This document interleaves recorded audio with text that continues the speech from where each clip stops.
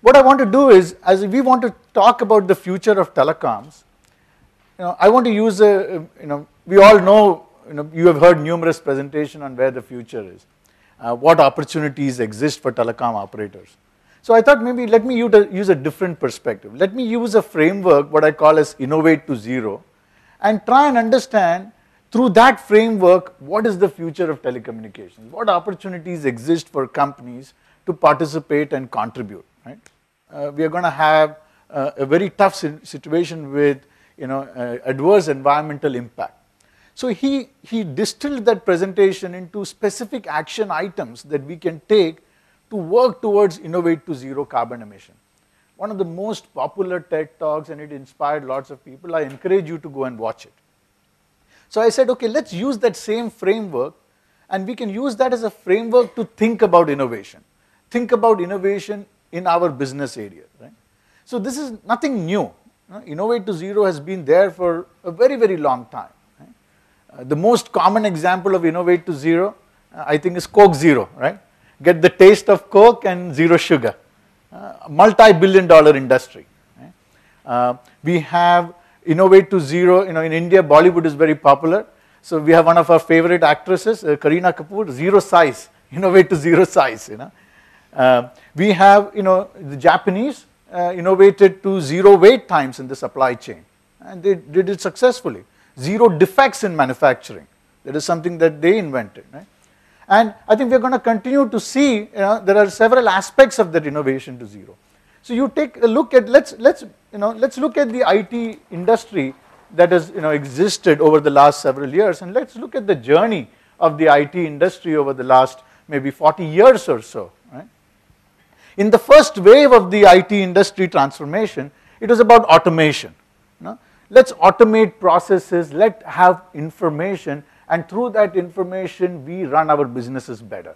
So you had ERP and related solutions, payroll and HR, and these solutions, they became mainstream, and that drove the global IT industry for several years. Right? Then you had the second revolution, which came because of the internet. Right? And what did the internet do?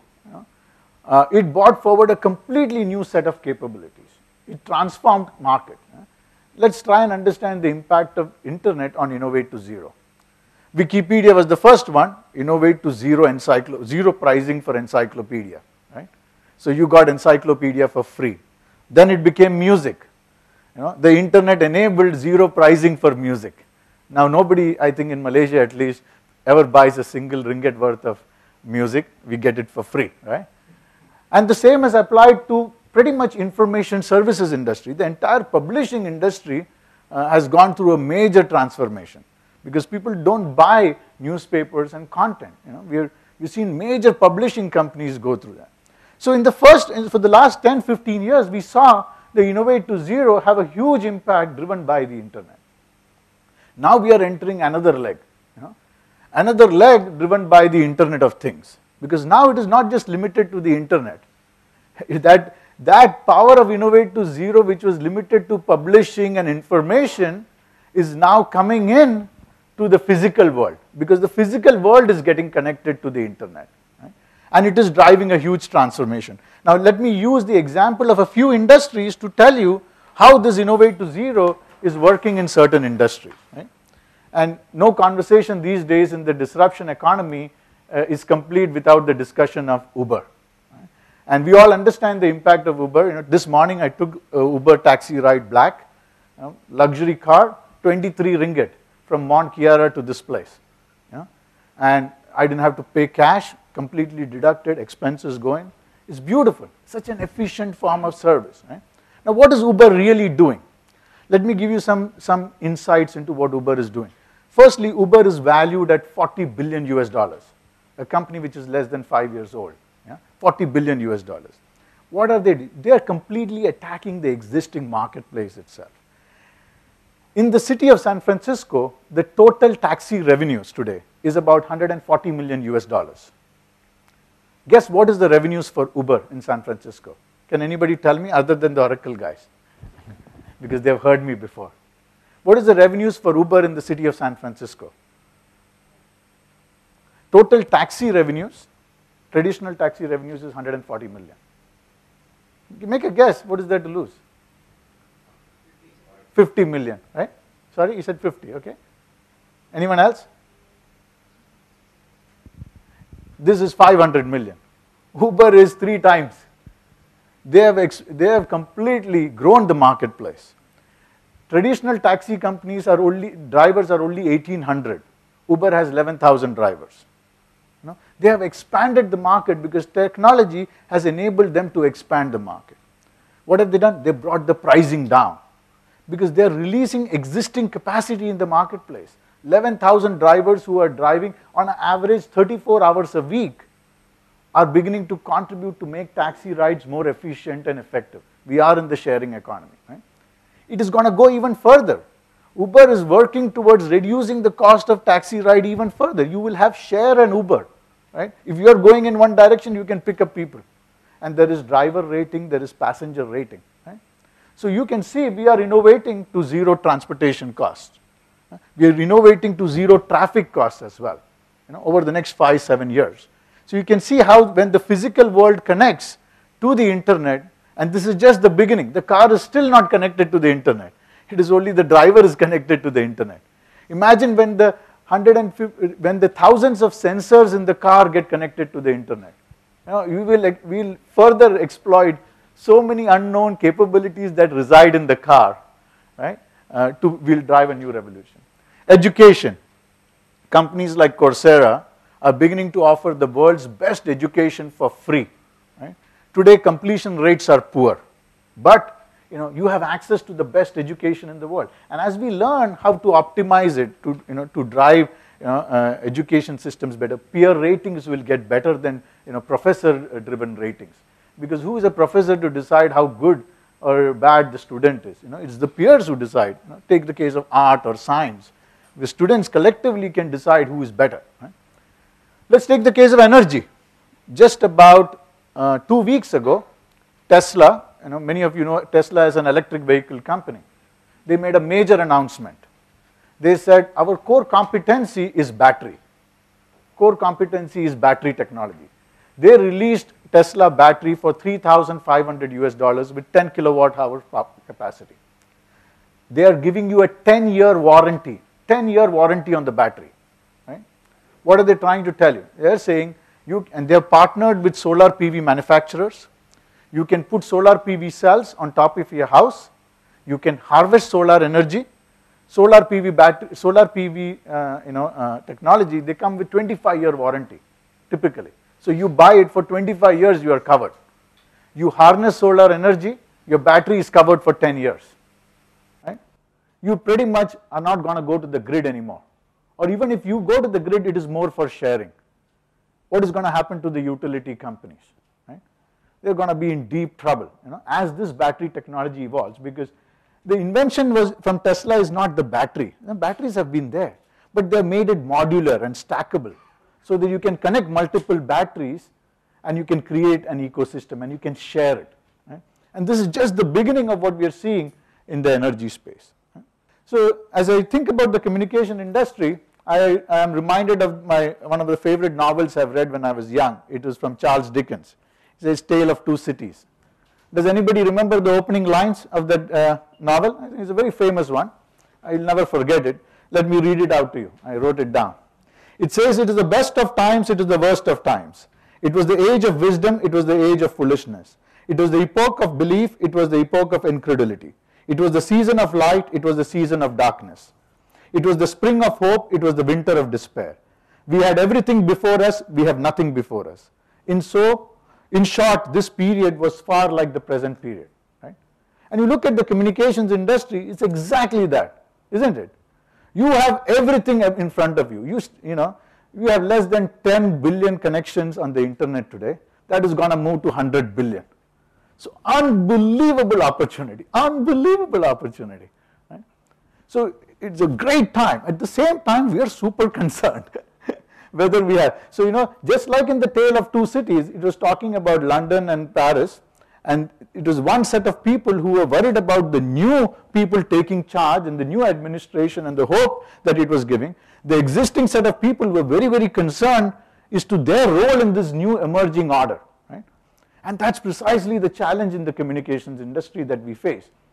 We are faced with, this internet is going to manifest itself into everything, and the communication companies are at the heart of enabling that transformation in every single industry around us.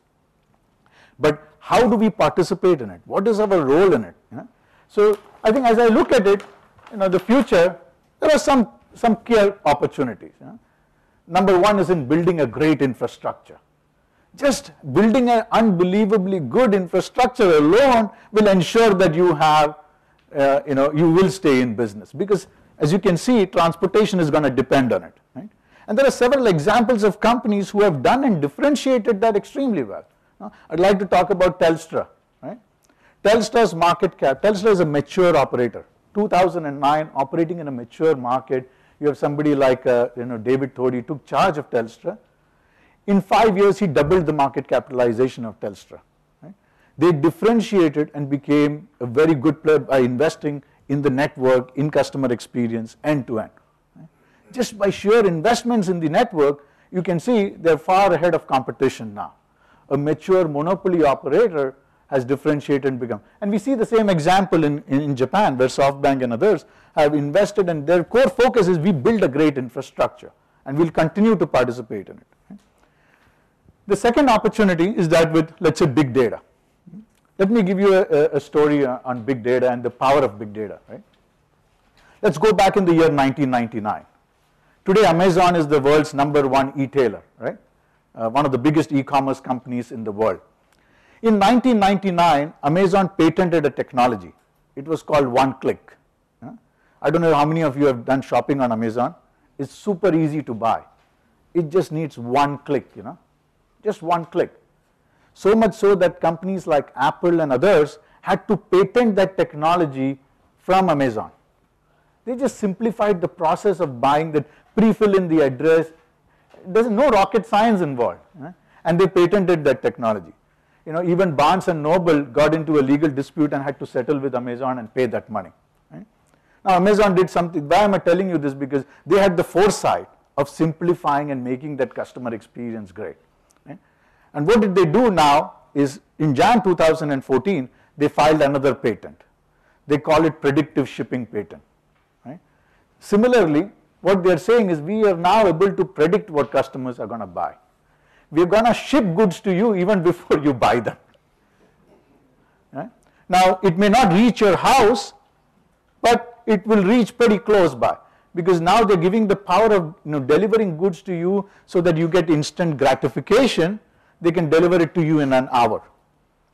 They are even thinking that maybe they will even ship the good to you even before you buy, because they want to give you that customer experience. Right? Can you imagine now how much big data is evolving as an opportunity? And what are communication companies sitting on? Unbelievable amount of data. And going back to what Vishal mentioned, what is the challenge we face? Our challenge we face is we operate without partnership with others. So the other guys exploit that weakness, that I will only work with my customers. I'm limited by my network. I'm limited by my geography. Your advantage becomes your biggest disadvantage. So is there a room to partner? And we are seeing companies like Verizon and others saying, hey, let's leverage and start selling the knowledge of big data to our customers. So for example, large digital signages. Right? A telecom company knows who is in the car passing those signages regularly. Can I use that and sell that information to business owners around that signages so that I can monetize it more effectively? You are watching a match, Malaysia versus Singapore. Can I drive something more efficiently in terms of messaging within that stadium environment? Can I do that? Can I productize it? Can I offer it as a service? Right? Companies like SoftBank. SoftBank has launched a robot called Pepper. They're going to sell it for $2,000 a piece. They're subsidizing it. They will not make money in the first couple of years. They want the robot to be with the consumer, right? And through artificial intelligence, the robot will learn about the consumer. Right? And if Amazon can predict what you're going to buy, the robot will start predicting pretty much everything. Can you imagine what is SoftBank thinking about how it wants to participate? Aged care, the possibilities are limitless. And we'll touch upon SoftBank a little later as well. So I think the second biggest opportunity is big data. The third opportunity is around security. Right? With so much of things around us, we got to, we are lucky. We are lucky that not much of chaos is happening out there. Because man, we are exposed to unbelievable risk with the amount of information we share. We are lucky that the world, there are lots of more good people than bad people in the world. So, as physical things get connected to the internet, security becomes a big challenge, big opportunity. The entire government spending on security is going to move away from the physical world to the internet world. The government will become the biggest spender of security, internet security, cyber security, and then followed by banks and others. Such a fantastic growth opportunity. Right? Industry transformation. Now, many telcos have seen, oh man, we can operate a conglomerate strategy, and companies like Sulcom have done well, invested and partnered with 11th Street. Let's be an e-commerce player. Right? I think it's a great logical extension, but I think the opportunity is even bigger than that. You can be an e-commerce player, maybe you get 10, 15, 20% of the market, but the bigger opportunity is in enabling the entire marketplace to become e-commerce. Transform every retail company to this new environment. It will not be just e-commerce. The physical world will get connected to the internet world, and we see, let's say, the retail environment, we call it bricks and clicks, a convergence of the physical and the online world. Right? So many years ago, Tesco in Korea, they came up with digital signages. Right? They wanted to expand their market. They said, hey, we will not open physical stores anymore. We will open stores with digital signages.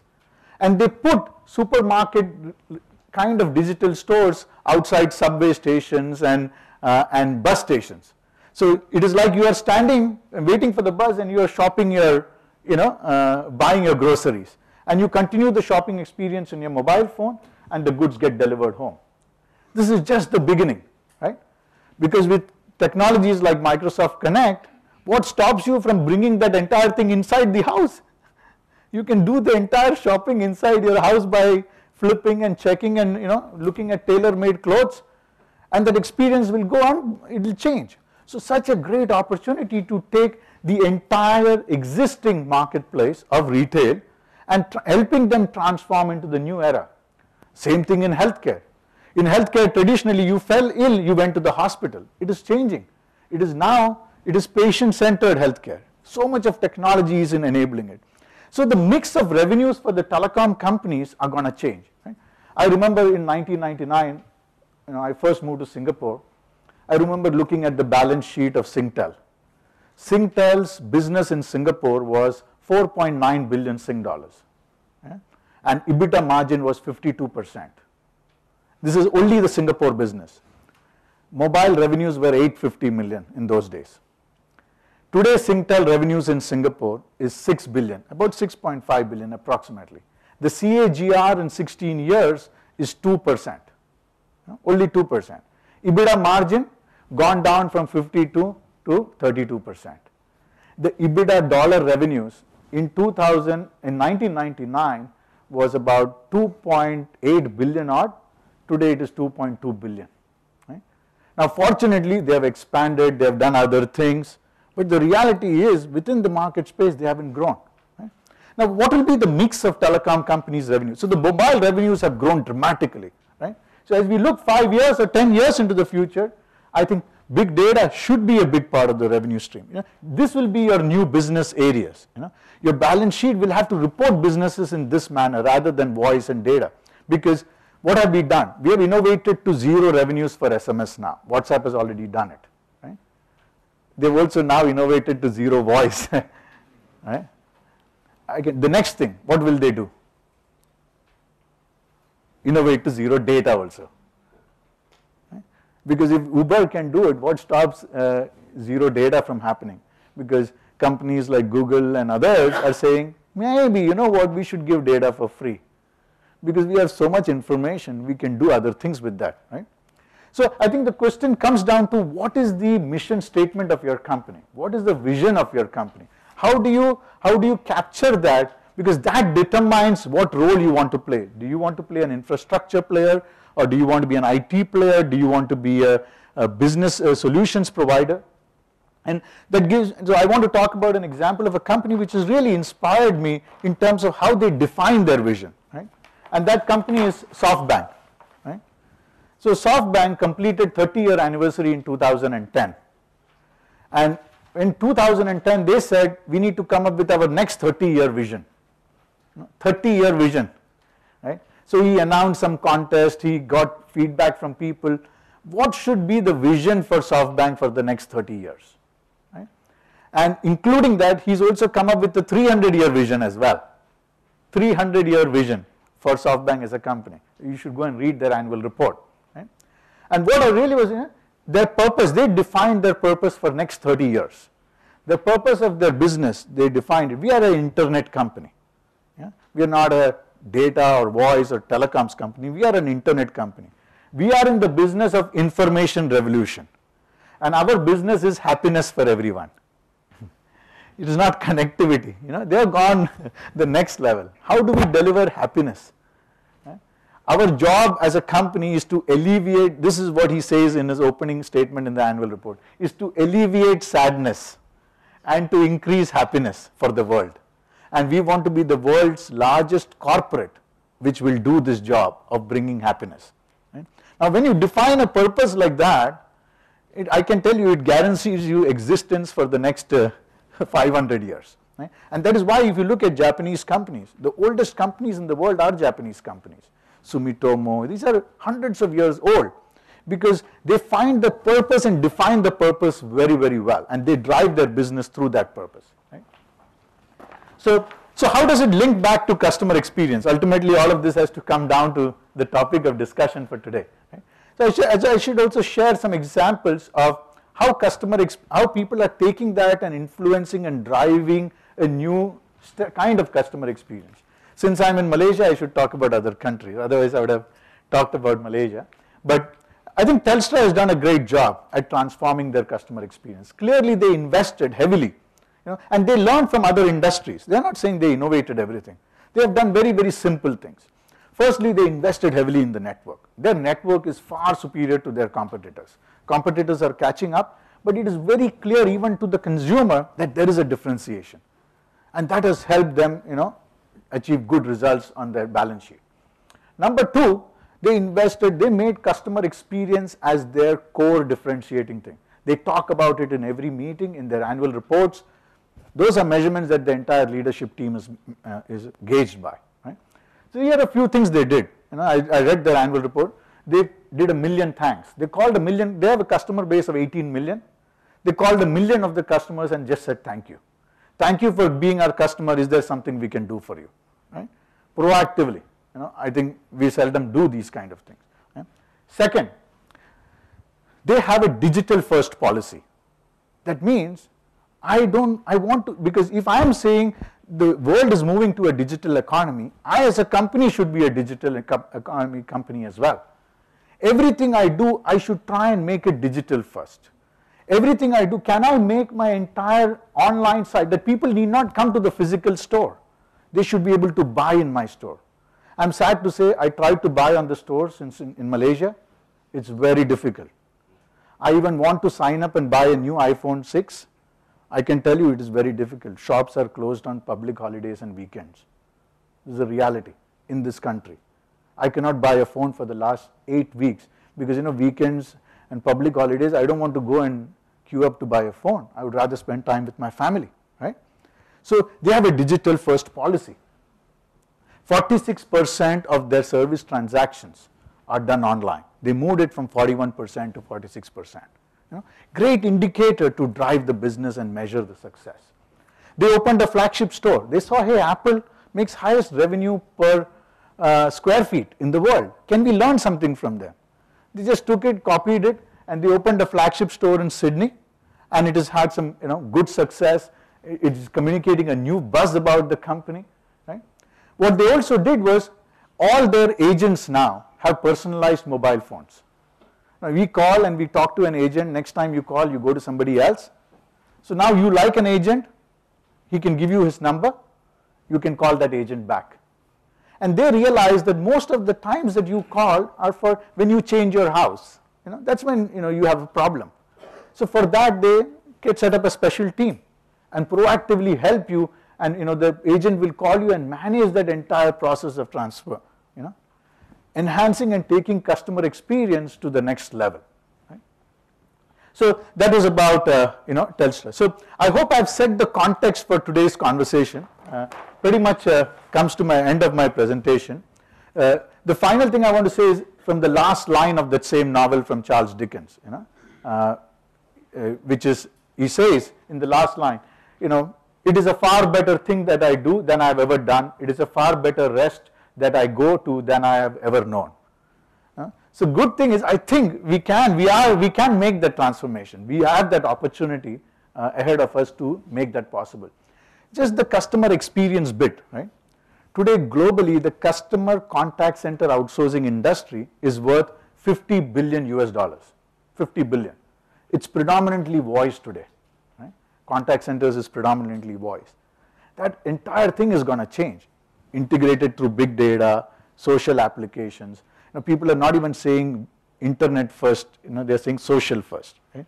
So, and the communication companies have a huge opportunity to play a leading role in driving that $50 billion market to a much bigger market, because today less than 30% of companies outsource customer experience. So that is another fantastic opportunity for companies to participate.